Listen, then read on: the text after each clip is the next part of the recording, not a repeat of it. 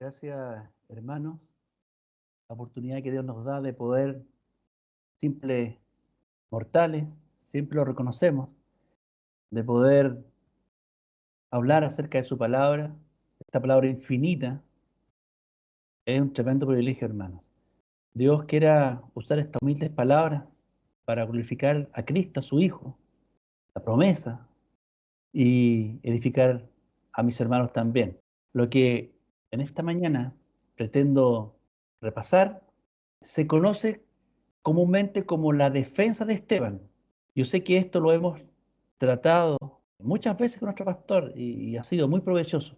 Sin embargo, hay algunas cosas que me han llamado la atención también y quisiera compartirlas y sé que pueden ser de una inmensa alegría como lo han sido para mí, hermanos. Lo primero que quiero decir que este es un extenso pasaje, es un discurso uno de los más largos que está consignado allí. Incluso es posible que sea un resumen, pero no importa cómo sea, ahí hay la suficiente información contenida como para darnos cuenta de lo que está pasando allí, hermanos. Y digo esto porque está pasando algo tremendo tras bambalinas, hermanos. Y yo creo que se gocen conmigo observando estas cosas. Si bien el título allí aparece como defensa de Esteban, sepamos, hermanos, desde ya de que este discurso es exclusivamente resultado de la poderosa operación del Espíritu de Dios y no de la elocuencia de un hombre. Esto de partida tenemos que tenerlo en mente y si lo sabemos tenemos que siempre estarlo recordando. Aquí toda la gloria de lo que se va a decir es para nuestro Dios, que por medio de su Santo Espíritu, en un momento dado muy específico, hermanos, cuando los hijos son llevados ante reyes y gobernadores por causa del nombre de Cristo, toma el Espíritu de lo de Cristo y lo da a conocer poderosamente al mundo por boca de un instrumento humano, en este caso, Esteban. Así que cuando leamos estas palabras, estamos en presencia del inspirado registro que Lucas, el escritor de Hechos, hace de un poderoso milagro al Señor, hermanos. Insisto, la potencia suya haciéndose cargo de la causa del Hijo de Dios, glorificándolo tal como anunció Jesús que Dios haría. Así que el título de nuestro estudio de hoy es el siguiente: no podían resistir a la sabiduría y al espíritu con que hablaba. Estas palabras, como saben ustedes, se encuentran en Hechos 6, versículo 10. Y el relato completo de esta defensa de Cristo que hace el Espíritu de Dios por boca de Esteban está en todo el capítulo 7. Y ojo, hermanos, dije defensa de Cristo y no defensa de Esteban, porque en mi opinión, la única preocupación de este diácono era dar testimonio de Cristo, a quien amaba más que a su propia vida, hermanos. Él no estaba tratando de salvarse, él estaba tratando de servir a esa ocasión que Dios le daba para dar testimonio de Cristo. Hay dos textos que quiero considerar al principio como para dar un antecedente de lo que está pasando aquí, de este milagro que va a pasar aquí, en este discurso sublime que el Espíritu de Dios entrega por boca de Esteban. El primer texto que vamos a considerar brevemente está en Mateo 10, del 19 al 20. Y el segundo texto en Lucas 21, del 2 al 15.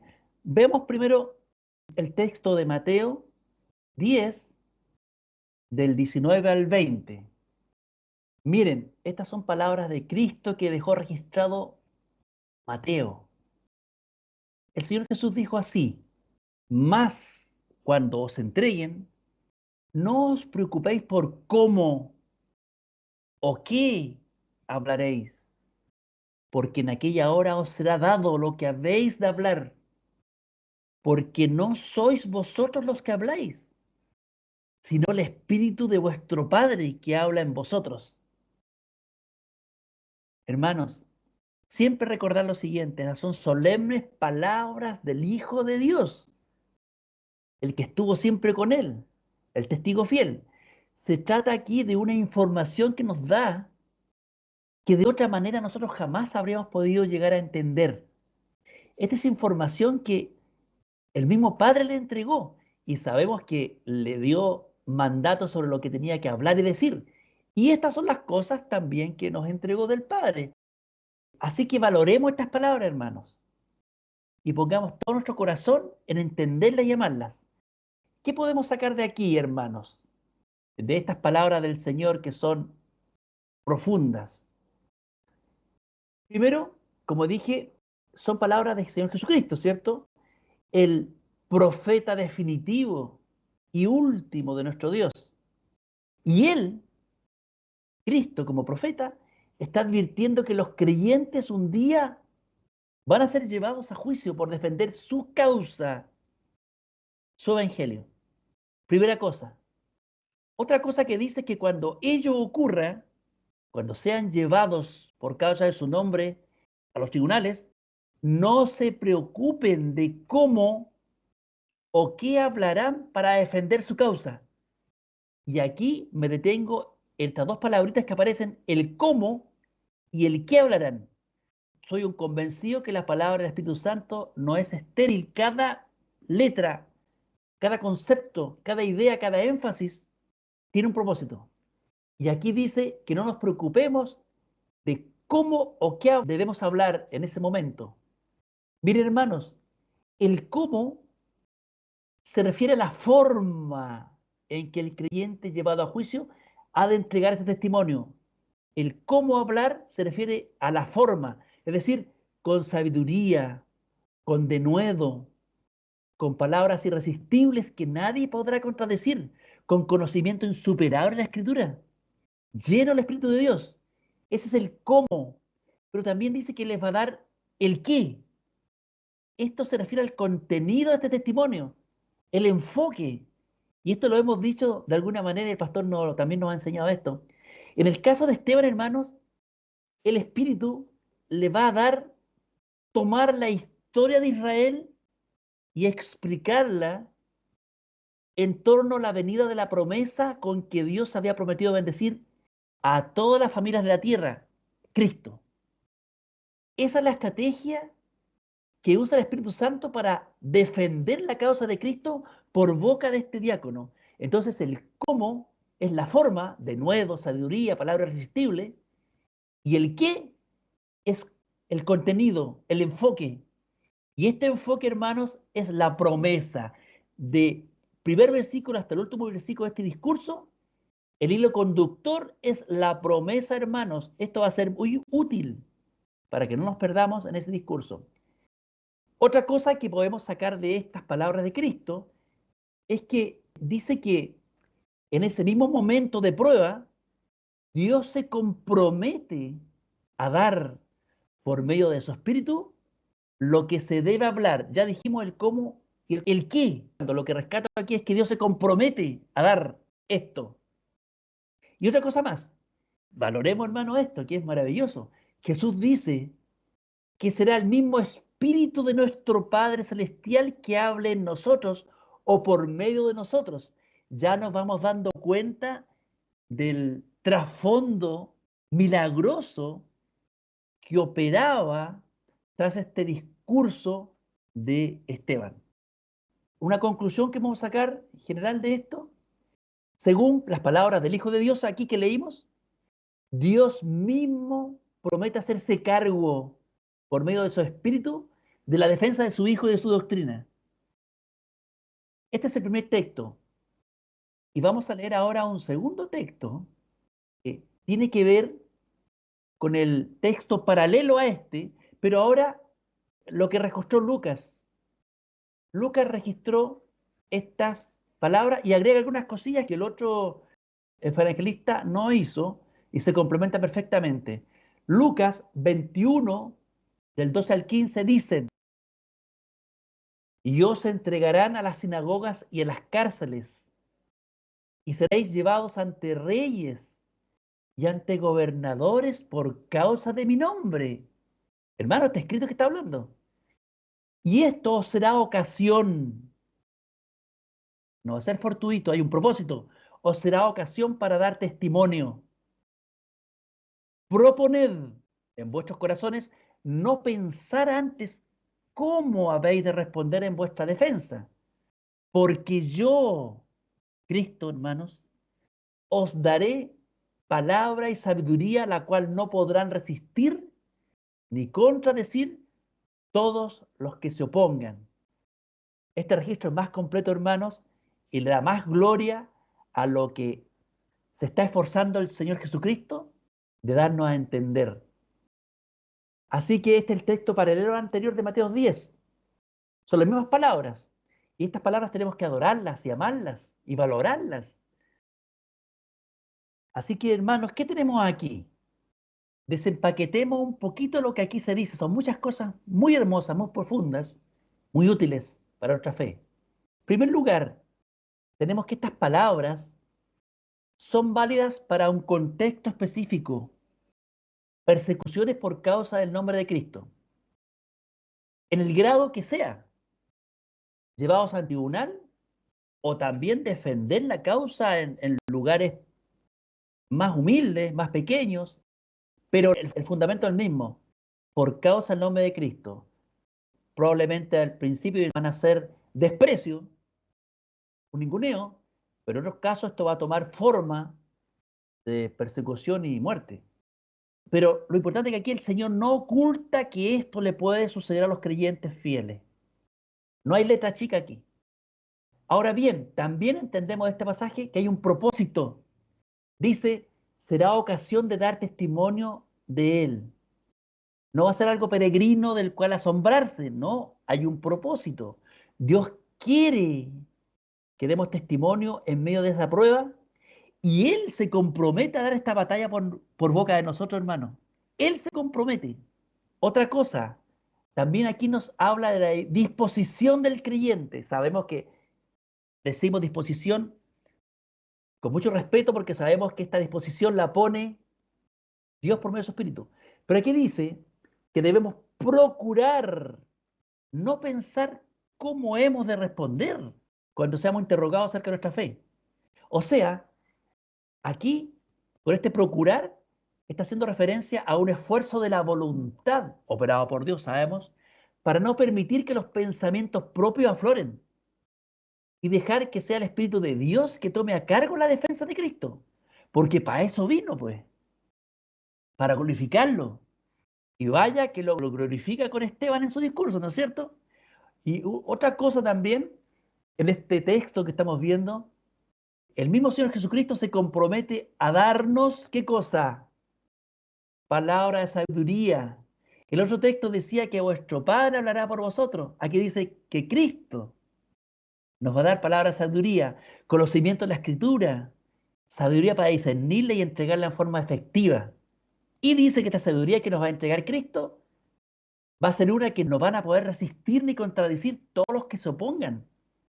Imagínense, es sabiduría de Dios mismo, o de Cristo mismo, o del Espíritu mismo, es lo mismo.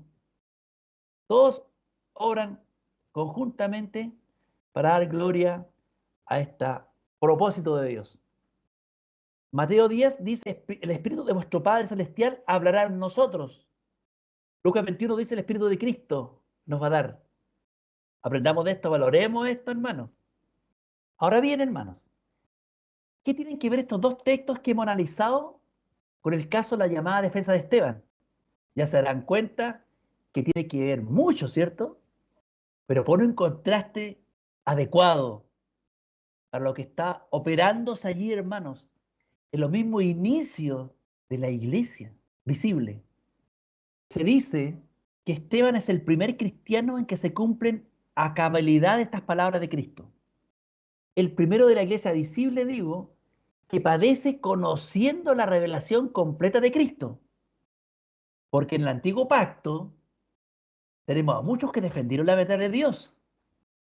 Incluso murieron por ella.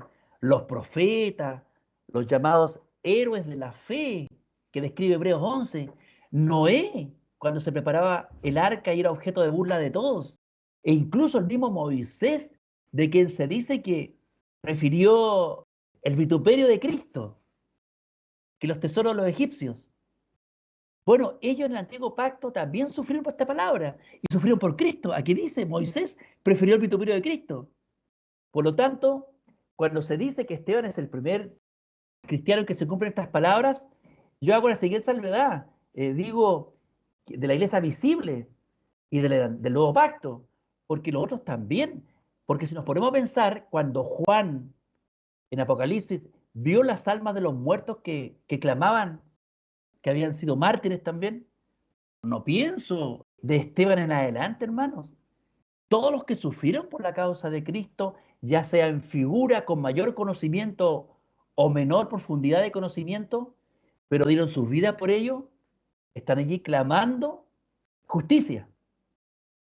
Bueno, en un sentido, Esteban es el primero de la iglesia visible, el nuevo pacto, en que se cumplen a cabalidad estas advertencias que el Señor Jesús nos hace y que vimos en estos dos textos. Miren, ¿qué cosas se cumplen en él? Primero, fue llevado a juicio por causa de la predicación del Evangelio, del nombre de Cristo. Lucas registra, como dijimos, en extenso el testimonio de Cristo que este hombre presentó ante sus acusadores. Y ya sabemos quién estaba operando esta llamada defensa de Esteban. El poderoso brazo del Espíritu de nuestro Padre Celestial, como dijo Mateo 10, o el Espíritu de Cristo, Lucas 21, que es lo mismo, hermanos. Yo no me detengo mucho en esto, quiero dar algunos esbozos. ¿Quién era Esteban? Voy a dar algunos pequeños frasecitas escriturales que nos dan una luz de cómo era este hombre fiel al Señor. Hechos 6:5 dice, Esteban, varón lleno de fe y del Espíritu Santo. Qué importante que sea lleno del Espíritu Santo porque el Espíritu Santo es el que lo va a usar.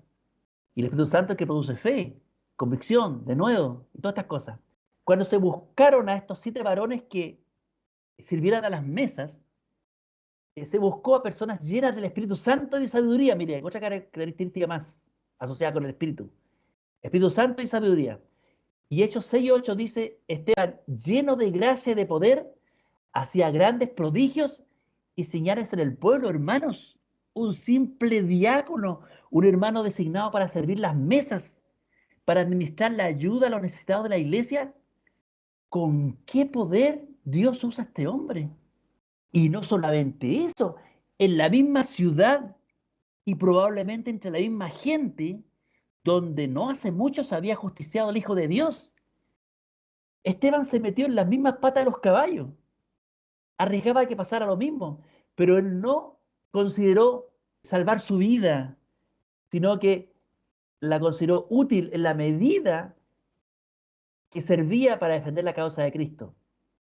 Hermanos, en esa ciudad se habían ensañado con el Hijo de Dios, con el Señor Jesús. Y Dios estaba fundando su iglesia allí mismo.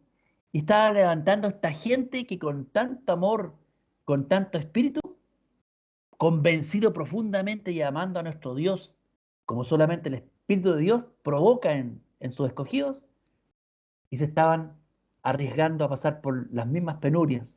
Y ya sabemos el fin de Esteban. El ataque de Esteban. Hechos 6, del 9 al 10, dice así. Entonces se levantaron unos de la sinagoga llamada de los libertos, y los de Cirene, de Alejandría, de Cilicia y de Asia, disputando con Esteban, pero no podían resistir a la sabiduría y al espíritu con que hablaba. Ese es el título de nuestro estudio, y ya sabemos por qué, pero estamos dando profundidad a esto. Miren, hermanos, estos hombres que se mencionan aquí eran religiosos judíos, pero venidos de comunidades judías fuera de Israel. Ahí nombra Cirene, Alejandría, Cilicia, Asia, pero que estaban reunidos en Jerusalén ahora. Y estas personas eran celosos defensores de la fe judía. Y consideraron, esto importante, que lo que hablaba Esteban era blasfemia contra la religión judía, tal como la habían recibido ellos. Es decir, esta oposición que levantaron las palabras de la predicación de Esteban nos hace pensar en lo siguiente, hermanos, que las afirmaciones que este hombre de Dios, Esteban, hacía respecto a Jesús eran tan radicales que estos judíos pensaron que tenían que hacer algo para callarlo, porque decía blasfemia, según ellos, contra su religión. Y fíjense, este espíritu que mueve a estos hombres era el mismo espíritu que tuvo Pablo o Saulo antes de llegar a la fe. Un espíritu celoso, pero no conforme a ciencia. Ellos querían estar sirviendo a la causa de Dios. Pero qué lejanos estaban, ¿no es cierto? Intentaban rebatirle, pero como sabemos, uno tras uno sus argumentos eran aplastados por esta sabiduría y espíritu con que este hombre hablaba, que es lo que acabamos de leer ahí. Y fíjese usted, hermanos, cuando ahí dice que con esta sabiduría y espíritu con que hablaba, ese espíritu aparece con mayúscula y aparece en todas las versiones, la antigua y la nueva. O sea, todos los traductores están de acuerdo que este espíritu está haciendo referencia al Espíritu Santo, a la persona divina encargada de glorificar a Cristo, que era quien hablaba por medio de este hombre llevado a juicio. Así que eso tampoco despreciemos. Y recordemos también, lo leímos al principio, Jesús ya había anunciado que sus siervos no se preocuparan si eran llevados a juicio por su causa, porque él mismo les daría el qué y el cómo. ¿Cierto? Lo recuerdo. En este caso, el cómo es la sabiduría y el espíritu con que Esteban habló, y el qué se refiere al contenido, el testimonio de Cristo, la venida al mundo de la promesa que Dios dio a Abraham para bendecir a todas las familias de la tierra. Por eso, hermanos, que Esteban, de muchos personajes que pudo escoger de la larga historia de Israel, escogió a tres: Abraham, José y Moisés, muy conocidos de la religión judía, pero se los presenta a la luz de un conocimiento verdadero y profundo y real de lo que Dios estaba haciendo con ellos en relación a la promesa. Así que, hermanos, lo digo así con una pregunta retórica, pero para que pensemos un poco y valoremos lo que está pasando aquí. Siendo así la operación del Espíritu de nuestro Padre Celestial obrando en este hombre de Esteban, hermano, ¿quién podría oponérsele y prosperar? Nadie, pues, hermano. Se trata del mismo trino Dios haciéndose cargo de la defensa del Hijo de Dios. Esto es lo que está en bambalinas. Esto es la operación poderosa del brazo de Dios. Y bien, estos hombres que se opusieron a Esteban pasaron de la palabra a los hechos. Veamos los hechos que manifiestan estas personas para que sepamos quién está detrás de estos hombres impíos. Ya sabemos quién está detrás de Esteban, el Espíritu de Dios, poderosamente obrando. Pero detrás de estos hombres impíos, ya nos imaginamos quién está obrando, ¿no es cierto? Pero veamos sus obras, porque por sus frutos los conoceréis, dice el Señor. Versículo 11 al 13 del capítulo 6 de Hechos. Dice, entonces sobornaron a unos que dijesen que le habían oído hablar palabras blasfemas contra Moisés y Dios. Y conmovieron al pueblo y a los ancianos y a los escribas, y arremetiendo, le arrebataron y le trajeron al concilio y pusieron testigos falsos. Estas son las obras de estas personas. Por sus frutos los conoceréis. ¿Cuáles son los frutos, hermanos? Se supone que eran hombres religiosos, celosos, pero miren, sobornan, pagan testigos falsos, tergiversan lo enseñado por Esteban, conmueven al pueblo, lo soliviantan, lo alborotan, arremeten violentamente contra Esteban y se lo llevan. Da la impresión que como que se lo llevan, como en andas, lo llevan a juicio, porque arremeten y lo arrebatan, contra su voluntad, obviamente. Obviamente no son obras de un hijo de Dios, hermanos, del diablo.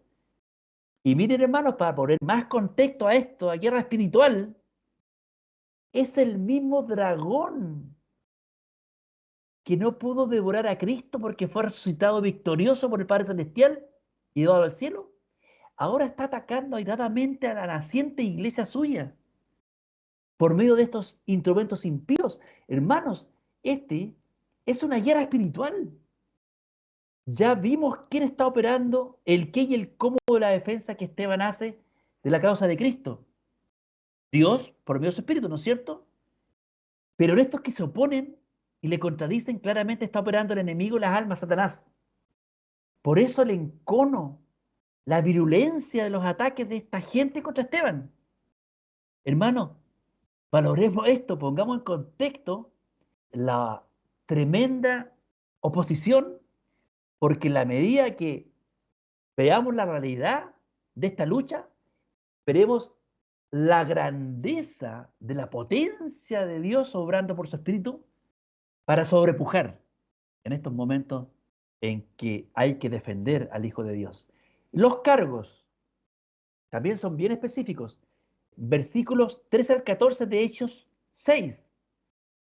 Y pusieron testigos falsos que dijesen, este hombre no cesa de hablar palabras blasfemas contra este lugar santo, templo, y la ley, porque le hemos oído decir que Jesús de Nazaret destruirá este lugar y mudará las ordenanzas que nos dio Moisés. Hermanos, como veo aquí las cosas, básicamente los cargos se pueden reducir a dos. Miren, el primer cargo es blasfemar contra el templo, porque oyeron que Esteban predicaba que Jesús de Nazaret destruiría este lugar. Hermano, esta enseñanza es cierta, es verdad, pero ellos no lo comprendieron o sencillamente la tergiversaron. El segundo cargo es blasfemar contra la ley de Moisés, porque oyeron que Esteban predicaba que a causa de la obra de Cristo se cambiarían las ordenanzas que dio Moisés, lo cual también es cierto, dada la perfección de la obra de Cristo. Esto lo vamos a profundizar un poquito más adelante. Es necesario que observemos algo, hermanos. La naciente iglesia, esto me llama mucho la atención, hermanos, la naciente iglesia en lo básico ya conocía perfectamente las implicancias de la expiación de Cristo en la cruz. Esto no fue un desarrollo posterior. Muchos dicen que Cristo no quería ser exaltado, que eso fue un invento, o que Pablo incluso inventó a Cristo exaltado, que fue un desarrollo posterior. Sin embargo, aquí vemos que la misma naciente iglesia, porque Esteban es parte de la naciente iglesia, ya manejaba en profundidad las implicancias de la obra de Cristo, que no era la muerte de un delincuente, que era mucho más, y era tan trascendente que dejaría obsoleto el templo, cambiaría el sacerdocio, mudaría la ley y las costumbres. Esto que le acusaban entonces como cosas blasfemas eran absolutamente ciertas, pero ellos no se daban cuenta de aquello. Esteban sabía que la perfección de la obra de Cristo dejaba obsoleta la función de las figuras, las sombras, como el templo terrenal, los mandamientos de Moisés, el introducir un sacerdocio eterno ahora deja obsoleto el sacerdocio terrenal, un sacerdocio que es lejos superior al de Moisés. Hace necesario seguir sacrificando animales, incorpora a los gentiles dentro del pueblo de Dios, que era el propósito eterno de nuestro Padre Celestial. Así que sí, efectivamente, la obra de Cristo tan perfecta dejaba en obsolescencia todas estas cosas. Pero ellos, como no entendían, creían que blasfemaban porque se quedaron con las figuras y no hacia dónde apuntaban estas figuras, a Cristo, la promesa. Así que insisto que estas cosas la iglesia ya las sabía y Esteban es un ejemplo de aquello. Ahora vamos a la estrategia que el Espíritu Santo va a usar para defender la causa de Cristo por boca de Esteban. Insisto, hablar de esta manera porque normalmente estas cosas hay que ponerlas en relieve, hermanos. La estrategia del Espíritu Santo. Acuérdense ustedes que el Espíritu de Cristo es o de Dios, se comprometía a asumir esta causa, defender a Cristo. Entonces la defensa que este buen Espíritu de Dios pondrá en boca de Esteban será sublime, porque es el Espíritu de Dios que está hablando, absolutamente con una sabiduría y una palabra que nadie podrá resistir. Es el autor de las Escrituras, hermanos. ¿Cómo no podría tener suficiencia para hacerlo sublimemente si para eso fue enviado? Proceden del Padre y del Hijo. Así que él iba a dar el qué y el cómo se hablará. Ahora, ¿cómo va a proceder entonces el buen Espíritu de Dios? Magistralmente, les adelanto. El Espíritu de Dios va a proceder así, hermanos. Se va a enfocar, y esto fijémonos en la mente, porque este es el hilo conductor, el Espíritu Santo se va a enfocar en la historia de la promesa que Dios dio a Abraham, cómo la fue sacando adelante a través del tiempo, enseñándola por medio de figuras, por sombras, por pistas que apuntaban a Cristo, para que un día este pueblo de Israel pudiese darse cuenta que el Mesías llegaría en su tiempo y lo recibieran. Se dieran cuenta que todos estos indicios que el Espíritu Santo dio a través de la historia y a través de todas las ceremonias y a través de todos los personajes apuntaban a Cristo, y cuando llegara a Cristo lo recibieran como pueblo suyo, que tanto lo ha esperado. Pero sabemos, hermano, que este pueblo duro de servir desoyó siempre el Espíritu de Dios.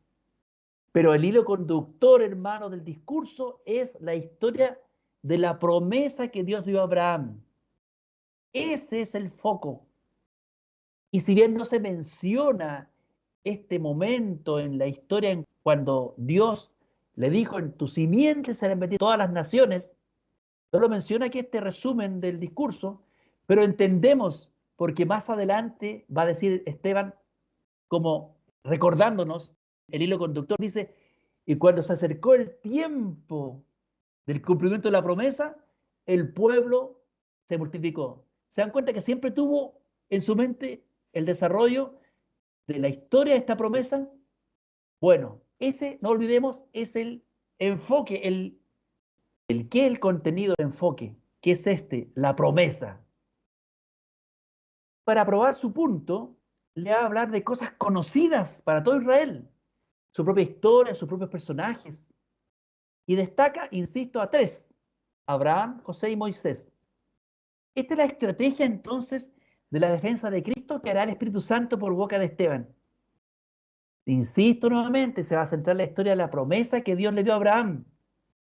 Y miren, hermanos, y con esta estrategia, centrándose en la promesa, va a responder a estos dos cargos que le imputaban: blasfemar contra el templo y blasfemar contra Moisés. Es decir, vulgarmente, con esta estrategia, con un solo tiro, va a matar a dos patos, si me pueden entender. El tiro es la promesa. Y los dos patos, podemos decir, son estas blasfemias con que acusaban a Esteban, pero que no eran tal. Y aquí vamos a ver cómo. Brevemente vamos a destacar algunas cosas de lo que se habla de Abraham. ¿Cierto? Esta lectura aparece en Hechos, capítulo 7, del 2 al 8. Lo voy a leer rápido para recordarles solamente. Varones hermanos y padres, oíd, el Dios de la gloria apareció a nuestro padre Abraham, estando en Mesopotamia, antes que morase en Aram, y le dijo, sal de tu tierra y de tu parentela y ven a la tierra que yo te mostraré. Entonces salió de la tierra de los caldeos, insiste que es fuera, y habitó en Harán. Y allí muerto su padre, Dios le trasladó a esta tierra en la cual vosotros habitáis ahora. Y no le dio herencia en ella ni aún para asentar un pie, pero le prometió que se la daría en posesión y a su descendencia después de él, cuando él aún no tenía un hijo. Y le dijo Dios así, que su descendencia sería extranjera en la tierra ajena, y que los reducirían a servidumbre y los maltratarían por 400 años, hermanos, cuando todavía ni siquiera existía el pueblo de Israel. Mas yo, versículo 7, yo juzgaré, dijo Dios, a la nación de la cual serán siervos, Egipto. Y después de esto saldrán y me servirán en este lugar. Y le dio el pacto de la circuncisión, y así Abraham engendró a Isaac, y le circuncidó al 8º día, e Isaac a Jacob, y Jacob a los 12 patriarcas. Este es la referencia que hace el Espíritu de Dios por boca de Esteban acerca de Abraham, en este enfoque acerca de la promesa, enfoque central del cual tenemos que aprender nosotros cómo hemos de trazar la escritura siempre. Esa es la manera correcta de leerla también. Aquí estamos siendo enseñados por el Espíritu de Dios, el autor de las Escrituras. ¿Por qué comienza entonces Esteban por Abraham? Bueno, ya lo dijimos. El hilo central es la venida de la promesa, ¿cierto? Eso lo dijimos ya muy bien. Partiendo por Abraham, ¿cierto? Israel y toda la humanidad iba a ser bendecida con esta promesa que es Cristo. Esos son los propósitos eternos de Dios. La importancia, y esto fijémonos bien, hermanos, la importancia de Abraham, a quien los religiosos judíos tenían en muy alta estima. Sin embargo, la importancia de Abraham en esta historia está únicamente en haber sido elegido por Dios para comunicarle un propósito suyo, un propósito que se había acordado entre Dios y el Verbo de la eternidad: bendecir al mundo con el perdón de pecados y la vida eterna, a través de un Mesías que vendría de la descendencia de Abraham, del pueblo de Israel. Entonces la importancia de Abraham es que fue el receptor de esto que se tramó en la eternidad entre el Padre y el Hijo: bendecir a todo el mundo a través de una simiente que vendría de sus lomos. La historia de la promesa, hermanos, entonces comienza en el corazón mismo de Dios, antes que todas las cosas fueran creadas. Se trata de un propósito eterno de nuestro Dios y con su Hijo. Por eso, seguramente se acordarán de Gálatas, dice el contrato confirmado de Dios para con Cristo. Gálatas 3:17, ¿cierto? Y luego Dios mismo se encarga de notificar a Abraham acerca de este propósito, tal como dice Gálatas 3:8. Viendo antes la escritura que Dios por la fe había de justificar a los gentiles, evangelizó a Abraham diciendo: en ti serán benditas todas las naciones, hermanos. Con esta promesa que le comunicó a Abraham, lo evangelizó, le comunicó el propósito que iban a obrar juntamente el Padre y el Hijo para bendecir a todas las naciones de la tierra. Ahí parte esta historia en su faceta terrena, porque en lo eterno ya sabemos que eternamente en el corazón de Dios estuvo esto. Pero en la faceta terrena, ahí parte cuando Dios entrega esta promesa a este patriarca, lo evangeliza porque habla de Cristo esta promesa, y comienza su desarrollo a través del tiempo, y Dios va administrando esta promesa, la va entregando a sus tiempos, a las personas que va llamando, levanta un pueblo, levanta patriarcas, levanta profetas, hasta que finalmente llega el momento en que Cristo, la promesa, se manifiesta al mundo. Es lo central. Así que no nos olvidemos de esto. En esta estrategia de Dios es que encuentra cabida Abraham, José y Moisés, que son a los que se va a referir Esteban aquí. No tienen un valor en sí mismo, sino en traspasar esta verdad. Incluso ellos mismos, estos mismos personajes, en sus propias vidas, aludieron también a los padecimientos un poco y a las glorias también que vendrían con este Mesías. Ahora bien, esto es importante también que lo retengamos en este rompecabezas que estamos armando, rompecabezas espiritual que tiene su contexto claramente entregado por el Espíritu, pero nosotros lo estamos gozando, paladeando cada una de estas cosas. Ahora bien, todo lo que Dios reveló a Israel con respecto a esta promesa, atento, lo hizo por medio de figuras por sombras, que son las palabras que usa la Escritura, tipos, cosas que no eran la realidad, pero apuntaban a ella. Y aquí nombré figuras, sombras, tipos y también personas, porque José, Moisés, Abraham representaban y hablaban y apuntaban a esta promesa que era Cristo. ¿Para qué? Para preparar a su pueblo para un día recibir la llegada de esta promesa. Pero ya sabemos que lejos está el corazón de este pueblo, de este propósito constante del Espíritu de insinuar, de dejar pistas acerca de este Mesías, en su historia, en sus personajes, en la ley, en todo.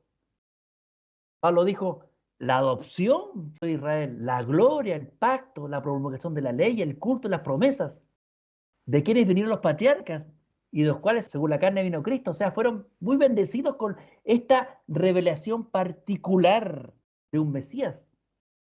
Sin embargo, no tuvieron un corazón espiritual, se quedaron con las sombras, leyeron todas estas alusiones espirituales en forma carnal y no a donde apuntaba que era Cristo. Así que, insisto, el nacimiento de Israel como pueblo de Dios, los patriarcas, la ley, la circuncisión que se nombra ahí, de la cual tanto se ufanan los judíos, el templo que es otro orgullo de los judíos, la disposición de las cosas santas al interior del templo, es decir, este lugar santo, separado del Santísimo por la gruesa cortina, el sistema de sacerdotes, los sacrificios de animales, incluso la historia misma de este pueblo de Israel, etcétera, todo tenía su razón de ser y se explica únicamente por esta promesa que Dios le dio a Abraham primeramente.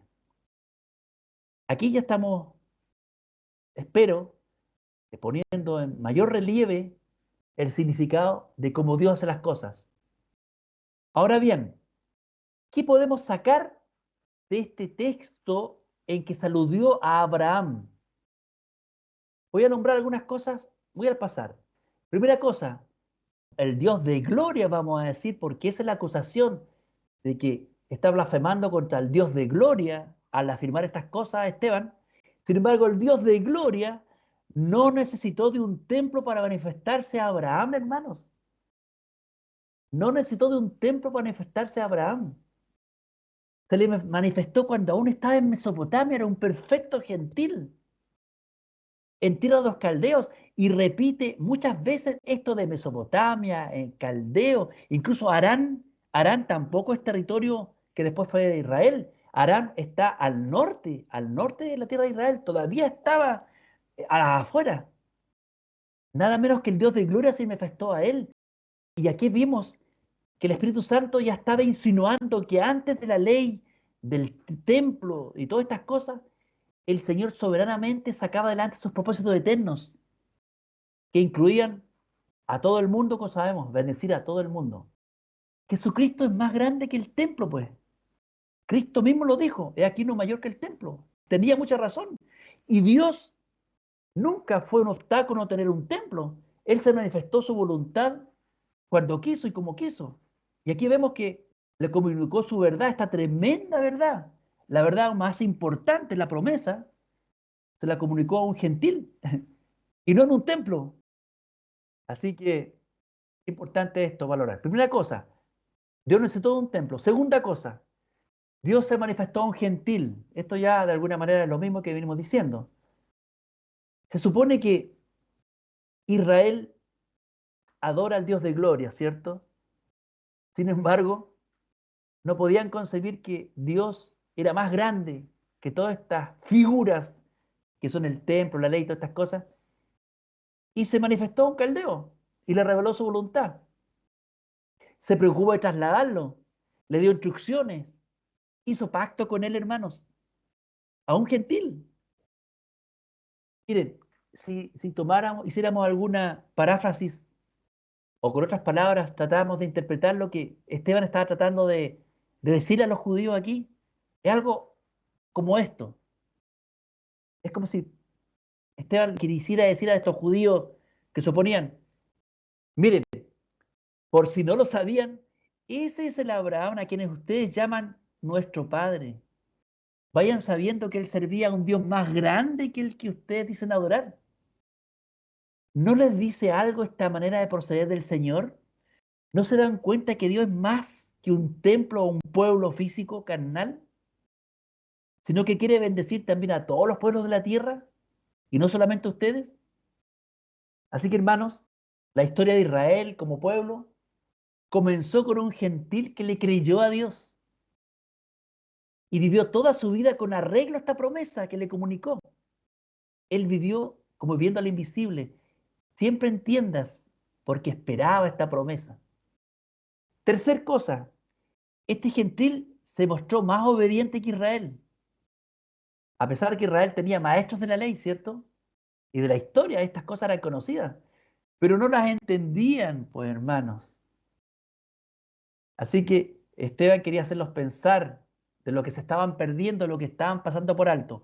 Cuarto, Dios le comunicó a este hombre, Abraham, la promesa más importante que pudiera dar a la humanidad, la venida de Cristo. De hecho, esta promesa articula la historia no solamente de Israel, la historia del mundo, porque por Él fueron hechas todas las cosas, por Él y para Él, todas las cosas le sirven.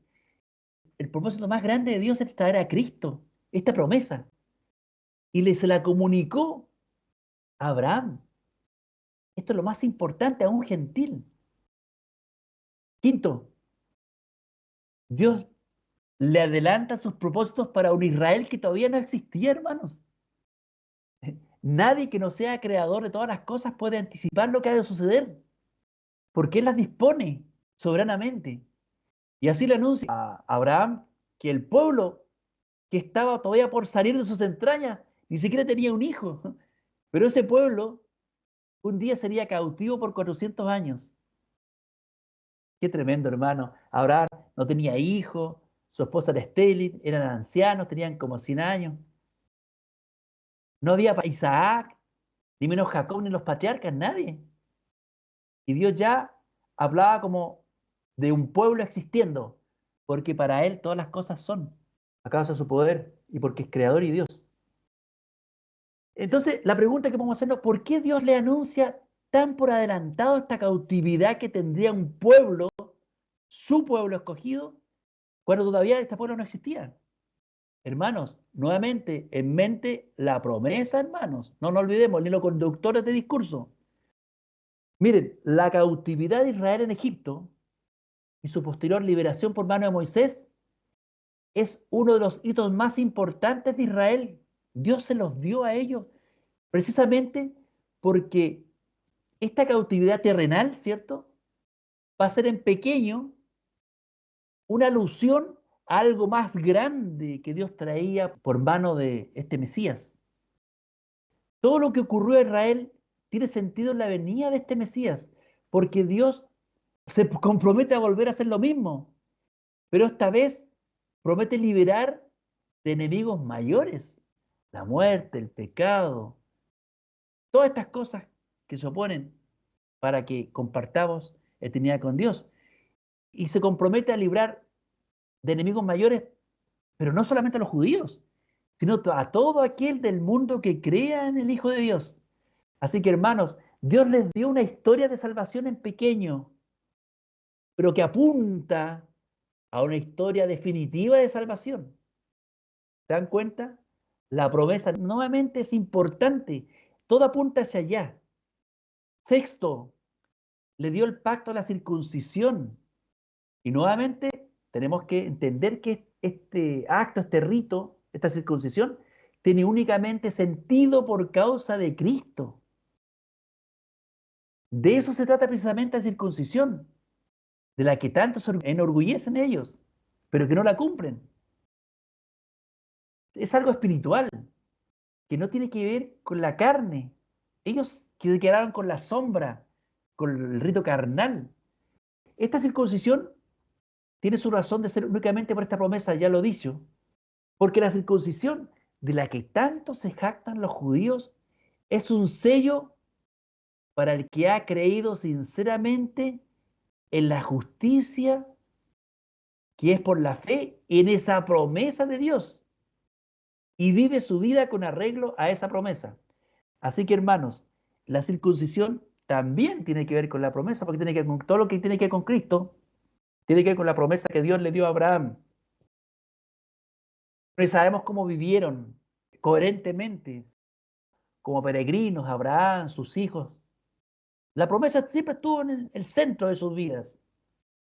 Ellos fueron verdaderos israelitas, aun cuando todavía no existía Israel. Pero el corazón sincero, creyente, los hacía que fueran tales. Israel, lamentablemente, prefirió quedarse con el símbolo exterior, con una marca. De eso se enorgullecían. Y no con la realidad de las cosas, que era lo que apuntaba. Esas son las cosas que vamos a sacar la historia de Abraham y que es sacada a colación por Esteban, movido por el Espíritu de Dios, que magistralmente está sacando adelante esta defensa del Cristo. Y luego tenemos que aparece en esta defensa la historia de José. Nuevamente son los mismos parámetros. La historia de José tiene solamente validez, importancia, en tanto y en cuanto la promesa, que es el hilo conductor de este discurso. Leo, pero muy rápidamente, porque ya conocen la historia, Hechos 7, del 9 al 19. Dice, los patriarcas, ya hablando de José, movidos por envidia, vendieron a José para Egipto.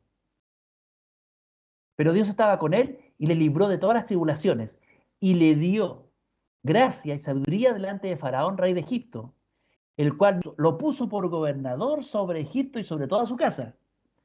Vino entonces hambre en toda la tierra de Egipto y de Canaán y grande tribulación.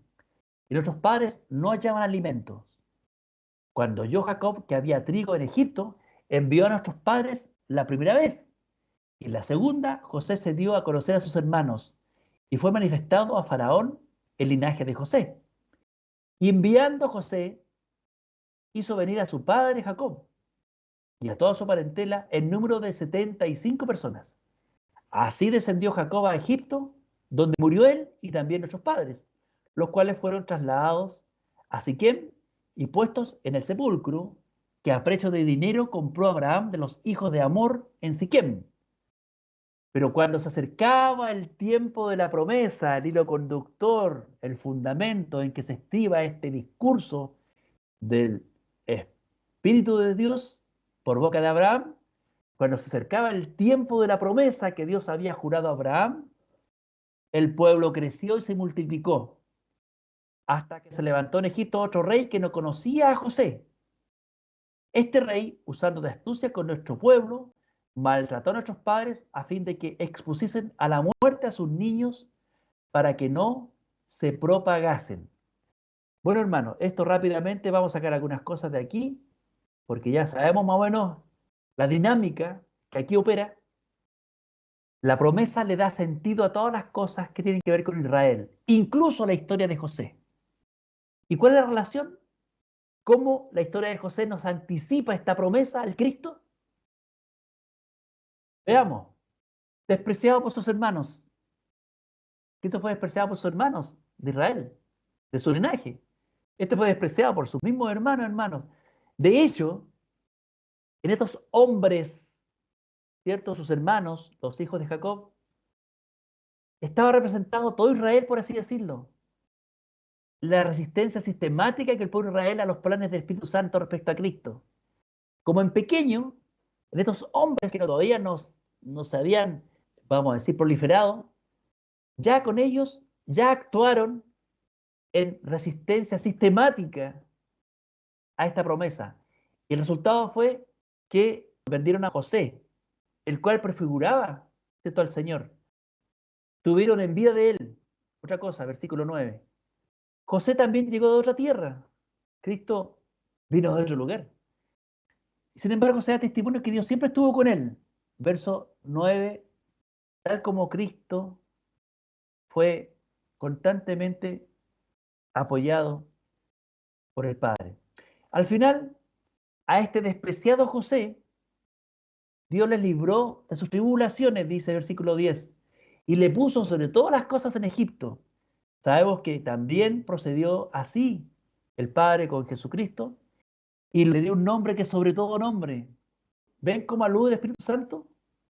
¿Se dan cuenta, hermanos, cómo en figura, de muchas maneras, el Espíritu está dando constantemente pistas para que reconozcamos al Mesías cuando se manifieste? En figura, el Espíritu de Dios ya anunciaba los padecimientos y las glorias de su Mesías. La misma vida de José, discernida espiritualmente, apuntaba a aquello.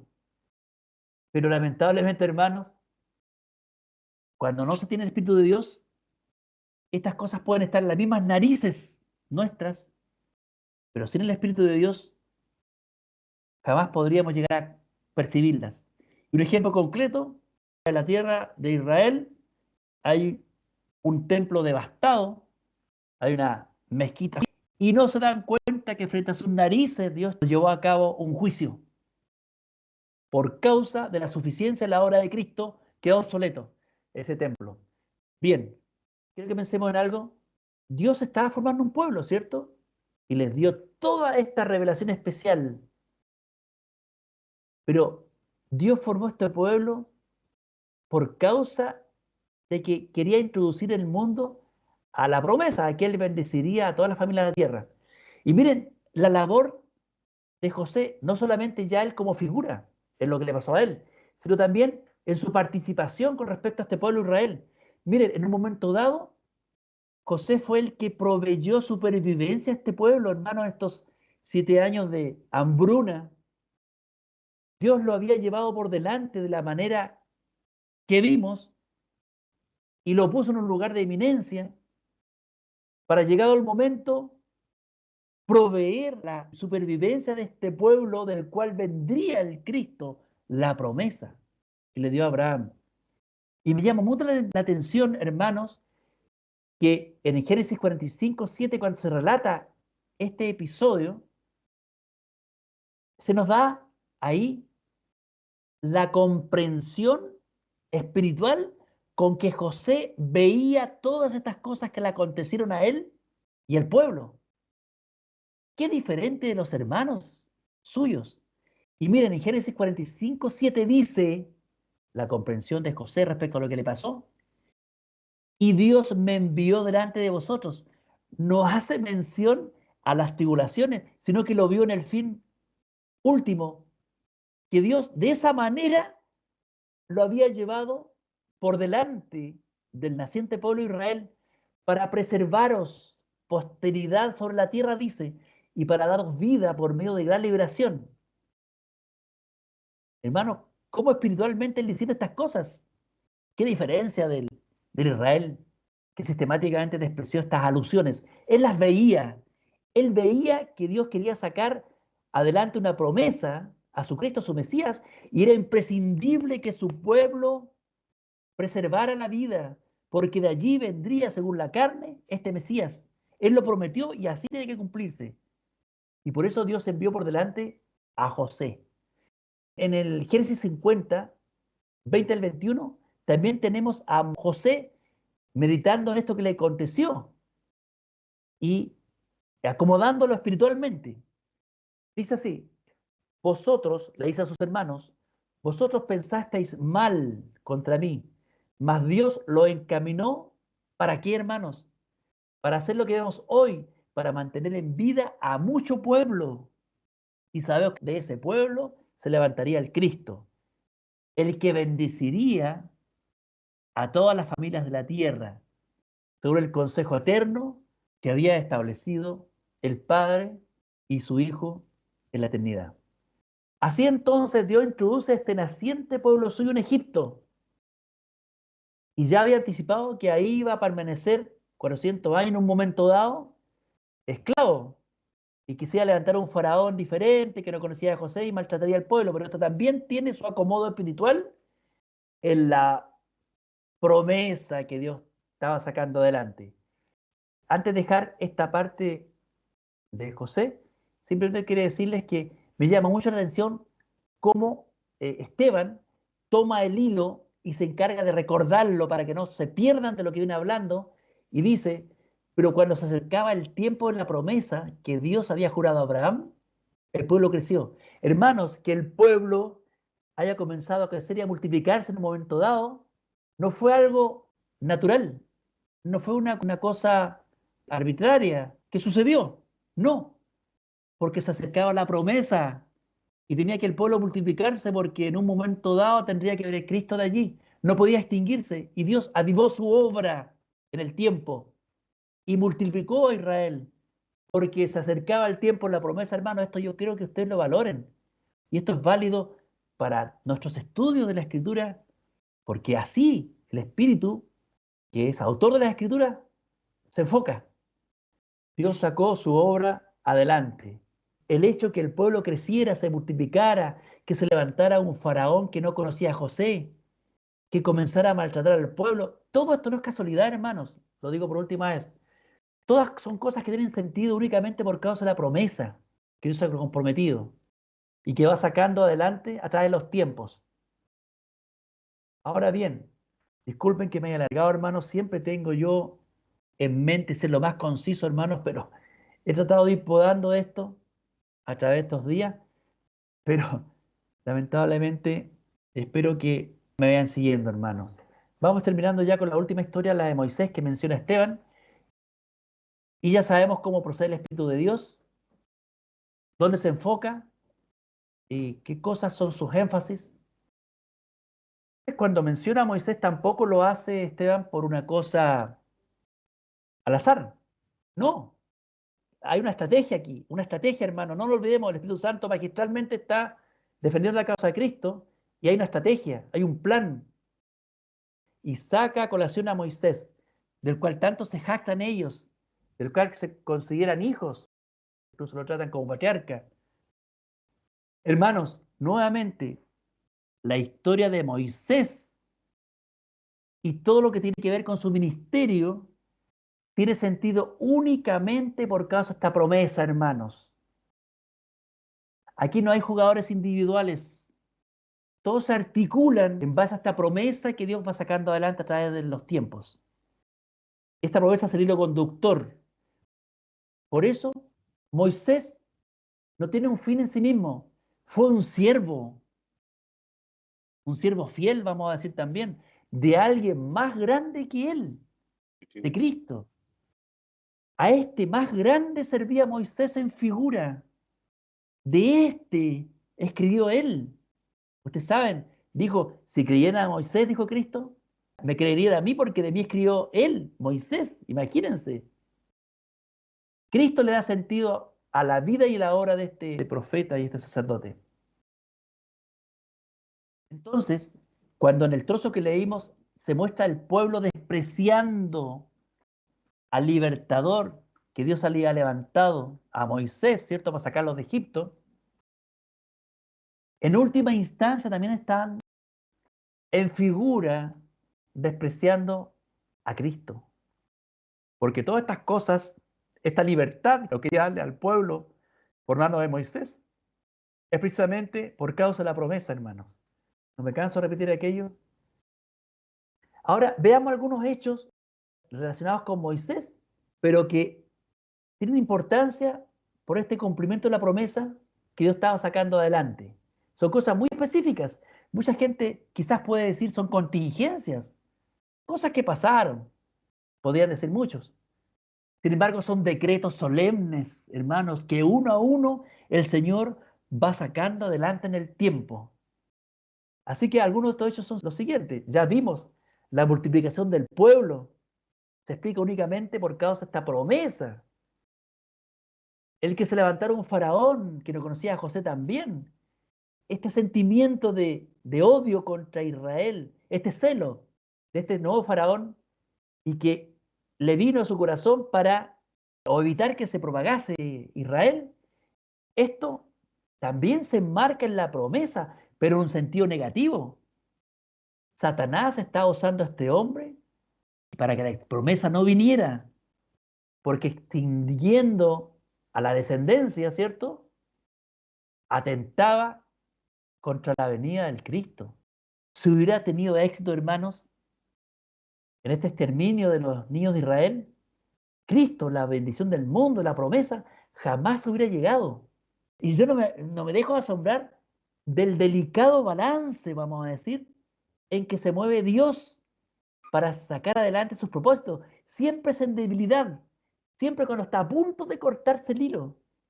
Sin embargo, a través de la debilidad, su brazo se demuestra poderosamente, sacando adelante, siempre fructificando en los planes que se propone. Y en ese contexto de este faraón que cambió de parecer con respecto a Israel y a José, sabemos que no es un contexto al azar. En ese contexto dice, en aquel mismo tiempo nació Moisés. La venida de Moisés al mundo tampoco es casualidad, hermanos. Él tenía que ministrar figuras, sombras. Entonces, no perdamos el foco de la historia, la promesa. Esteban no lo está haciendo, siempre está volviendo al tema. Todo lo que vamos a nombrar entonces a continuación tiene sentido en Moisés por la promesa. Que naciera el nacimiento de Moisés, y sigo diciendo, que a los padres le viniera a su corazón el arriesgar su vida por preservar a este niño unos meses. Esto también por causa de la promesa. Que la hija de Faraón se encariñase. ¿De dónde le vino eso? Con un niño judío y lo librase de la muerte. ¿De dónde viene eso, hermano? Y lo criara como hijo suyo. Que Moisés fuera educado en palacio. Que a los 40 años le viniera en el corazón, le viniera ese sentimiento de visitar a sus hermanos. ¿De dónde viene eso? De la promesa que el Dios está sacando adelante. Todo esto se explica y tiene su razón de ser únicamente en esta promesa, insisto. Y Dios había dejado muchas pistas, muchas huellas en personajes y en cosas. Y además, no perdamos de vista esto. Ya lo dije, la misma historia de Moisés también es una figura de Cristo. Bueno, esto ya lo dijimos.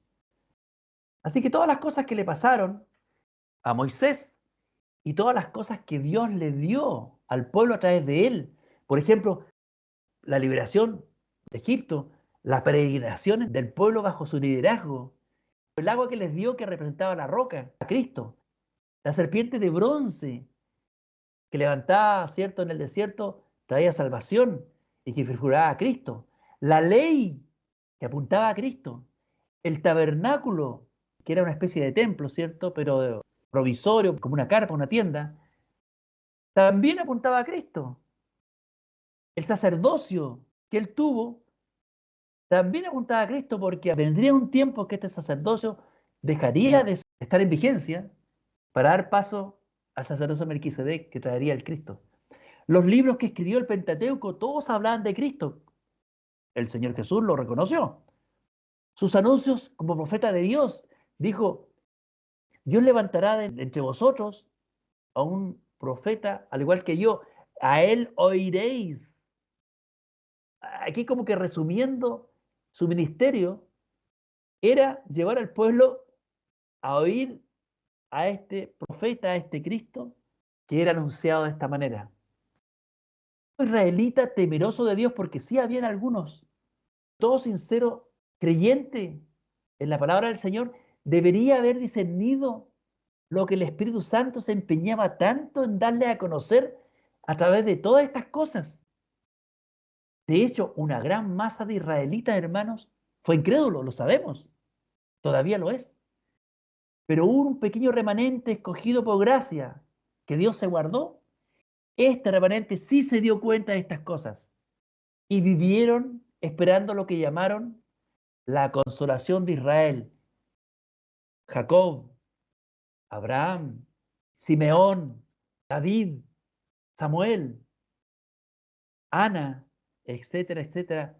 Pocos, pero sí hubo que se dieron cuenta de estas cosas y esperaron. Mire, Simeón tomó a este niño que por ningún lugar parecía un rey, una persona gloriosa, un niño, rebosante de salud nomás, y vio la salvación, la que esperaba.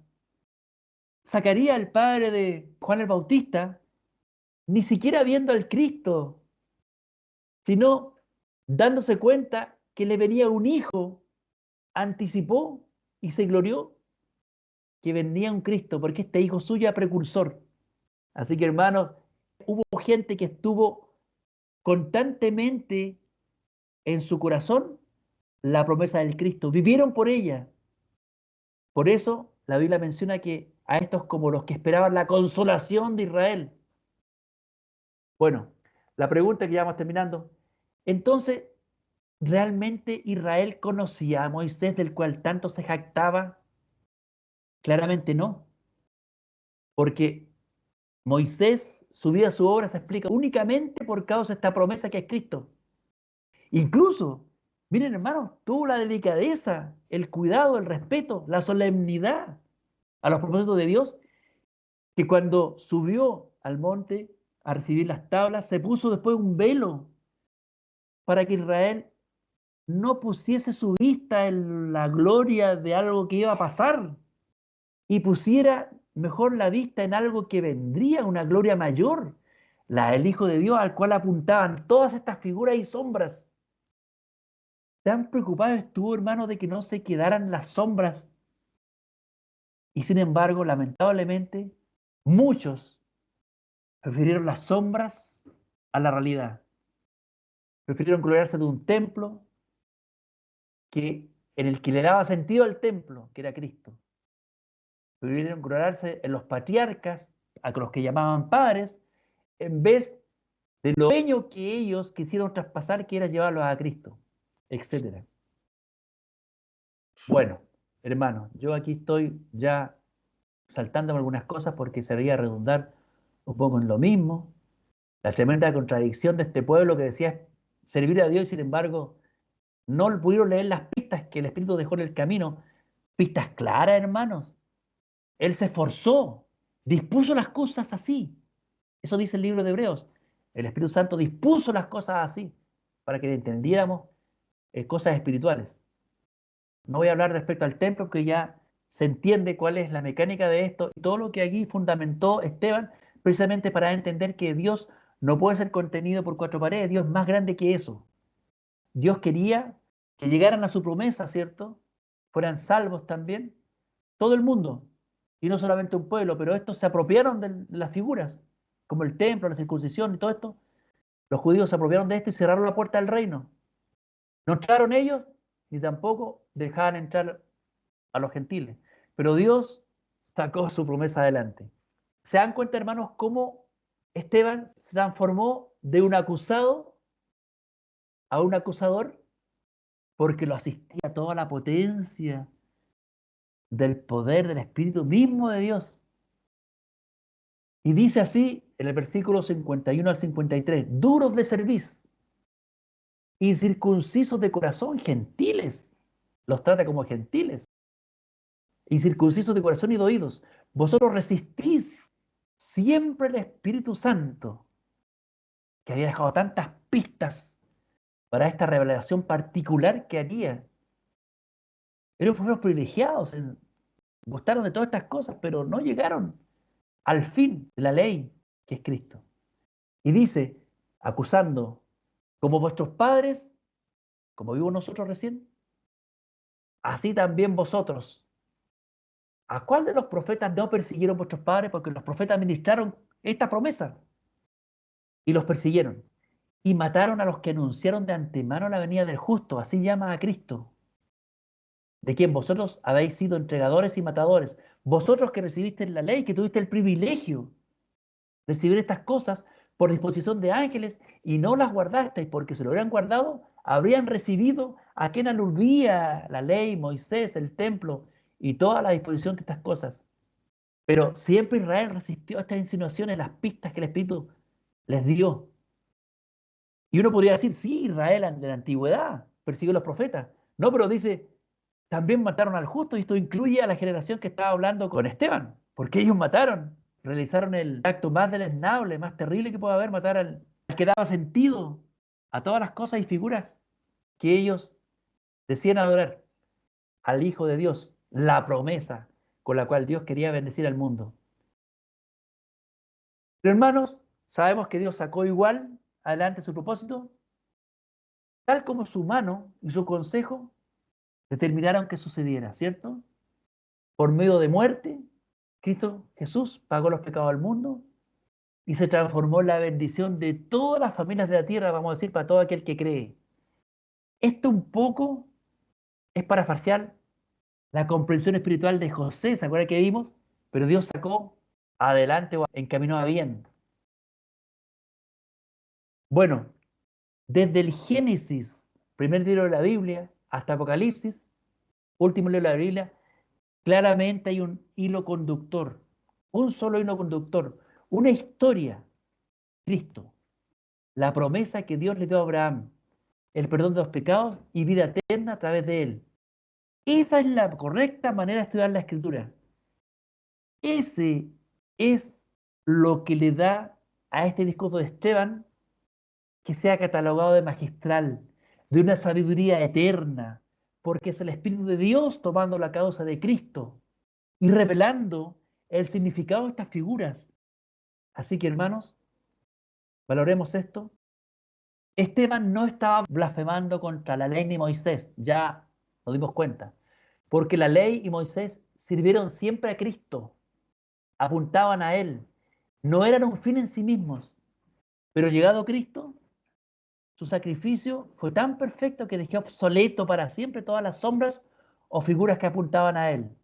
Así que, no entendiendo, pero estaban en lo correcto, cuando decían que iba a cambiar las ordenanzas o que el templo iba a ser destruido. Ciertamente, la perfección de la obra de Cristo trajo esto. Este es como un ejemplo, miren, muy bueno que escuché una vez. Israel prefirió quedarse besando y abrazando la foto de una mujer amada, por así decirlo, cuando dicha mujer amada estaba frente a ellos. Ellos prefirieron quedarse con las sombras y no con el Cristo cuando vino. Lo desecharon, tal como estos personajes, tres, que podían ser muchos, pero usó tres en su discurso. Abraham, José y Moisés apuntaban. Así que Esteban no blasfemó del templo tampoco, quedó obsoleto. Cristo es el cuerpo que le da validez a la promesa, ¿cierto? Y deja obsoleto todas estas cosas. Así que, hermano, no estaba equivocado el Espíritu Santo, que hablaba por medio de Esteban. Hemos sido trasladados de una gloria que perece, ¿cierto? El antiguo pacto, a la gloria del Hijo de Dios que permanece para siempre. Y esta gloria que no podía ver Israel, excepto los llamados. Esta sabiduría entonces ya estaba en el corazón y la boca de Esteban, y así lo confesó delante de sus acusadores. Y fue nuestro mismo Dios quien le dio sabiduría que nadie pudo resistir. Ya sabemos cómo terminó la historia. Se levantaron, ¿cierto?, contra Esteban y le dieron muerte. Una obra terrible, frutos únicamente del espíritu que los movía, el espíritu de Satanás. Pero dejó su testimonio, aprovechó este momento, porque dijo Cristo, cuando seáis llevados, será ocasión para dar testimonio. Y vaya si dio testimonio. Pero no nos perdamos, el espíritu de Cristo, del cual estaba lleno, operó esta defensa por boca suya.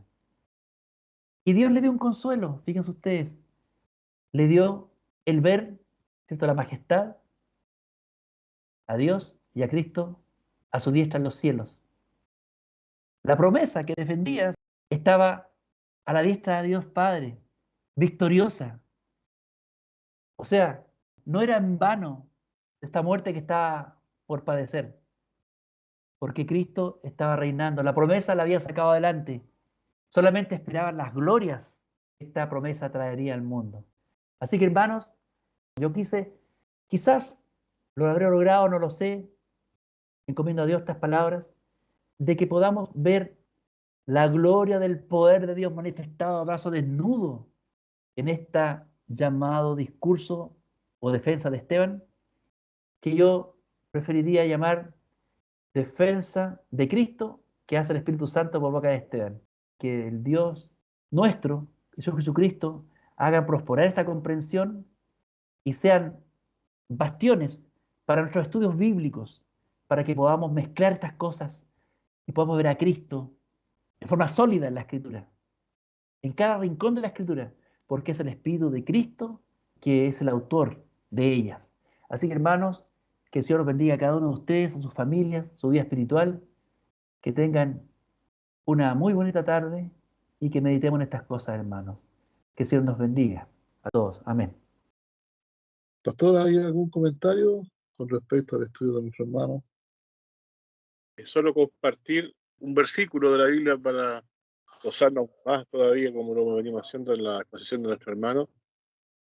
En Apocalipsis 2, verso 8 dice: escribe al ángel de la iglesia en Esmirna, el primero y el postero, el que fue muerto y vivió. Está hablando nuestro Señor Jesús. Dice estas cosas: yo sé tus obras, tu tribulación, o sea, sufrimiento, tu pobreza, pero entre paréntesis aparece, dice, tú eres rico. Y después dice, y la blasfemia de lo que dice ser judíos y no lo son, o sea, personas que se fijan en servir a Dios, pero tienen todo ese judaísmo con el cual Cristo, y hoy aún mucha gente que está con un pensamiento judaico sirviendo a Dios por las obras de la ley y no por la fe en Cristo. Y dicen ser judíos y no lo son, o sea, hay personas que pueden guardar la ley de Moisés, pero si no sirven a Cristo en relación a cómo Cristo explicó la relación con el nuevo pacto, no lo son. Están mezclando una falsa comprensión de esto. Dice, más son que son, en vez de ser judíos, no lo son, dice, y aún peor, dice, son sinagoga de Satanás. O sea, en este tiempo podríamos pensar que es posible todavía que gente con este espíritu de esta sinagoga de Satanás esté en el mundo engañando también, en vez de ayudar, perdiendo al mundo con falso evangelio, confianza en la sobre la ley, confianza en la justicia de la ley, y muchas otras cosas más que podría agregar, pero esa es la idea. Y luego dice, no tengas ningún temor de las cosas que has de padecer, y para ello en su tiempo era algo que iba a ocurrir pronto, en días quizás. He aquí, el diablo ha de enviar a algunos de vosotros a la cárcel, o sea, era un sufrimiento real que se estaba anunciando en la carta a algunos que iban a tener que padecer en la cárcel para que seáis probados. Y tendréis tribulación, dice, de 10 días de aflicción. E incluso la expectativa de ellos debe ser hasta esta, dice, sé fiel hasta la muerte, y yo te daré la corona de la vida.